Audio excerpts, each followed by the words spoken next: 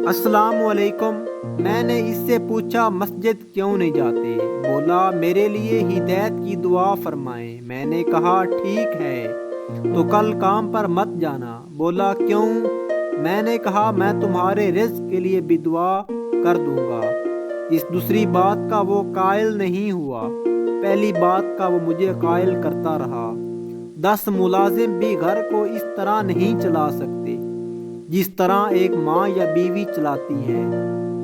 लिहाजा इन रिश्तों की कदर और एहसास कीजिए। एक बाशऊर फर्द का तज्जिया सैकड़ों जज्बाती लोगों के तज्जिए से बेहतर है।